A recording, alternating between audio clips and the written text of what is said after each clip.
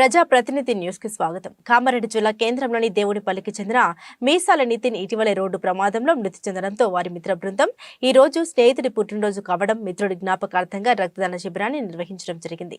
ఈ కార్యక్రమానికి విచ్చేసిన ఐవీఎఫ్ సేవాదళ రాష్ట్ర చైర్మన్, రెడ్ క్రాస్ జిల్లా సమన్వయకర్త డాక్టర్ బాలు మాట్లాడుతూ మీసాల నితిన్ చనిపోయినప్పటికీ వారి మిత్రులందరూ కలిసి రక్తదాన శిబిరం ఏర్పాటు చేయడం అభినందనీయమని, మిత్రుడు దూరమైన 10 మంది ప్రాణాలను కాపాడాలని సంకల్పంతో రక్తదానం చేసి ప్రాణదాతలుగా నిలిచారని అన్నారు. రక్తదానం చేసిన రక్తదాతలకు తెలంగాణ టూరిజం పూర్వ corporation chairman Uppala Srinivas Gupta, red cross జిల్లా అధ్యక్షుడు జిల్లా కలెక్టర్ జితేష్ వి పాటిల్ తరపున అభినందన తెలియజేశారు.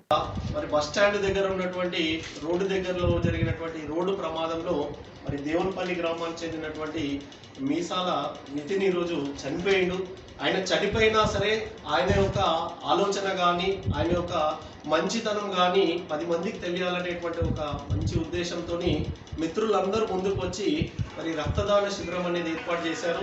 ఈరోజు 15 నుంచి 20 మంది రక్తదానం చేస్తున్నారంటే ఆ 20 మంది యొక్క ప్రాణాలను ఈరోజు వాళ్ళ మిత్రుని ప్రాణాలు కోల్పోయిన రోజు సందర్భంగా మరి వాళ్ళు కాపాడినట్లే అవుతారు. నిజంగా సమాజానికి కూడా కావాల్సింది ఇలాంటి యువత అనేటువంటిది అవసరము.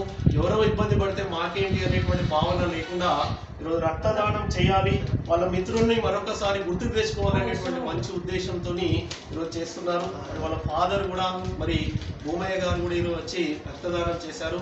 మరి ఇది ఏదైతే ఈరోజు ప్రారంభించారో ప్రతి సంవత్సరం ఒకరోజు మరి మిత్రుడి జ్ఞాపకార్థం, మరి నితిన్ జ్ఞాపకార్థంగా ఇదే క్యాంపుని ఇలాగే కొనసాగించాలని చెప్పేసి వీళ్ళందరినీ కూడా మేము కోరుకుంటున్నాం.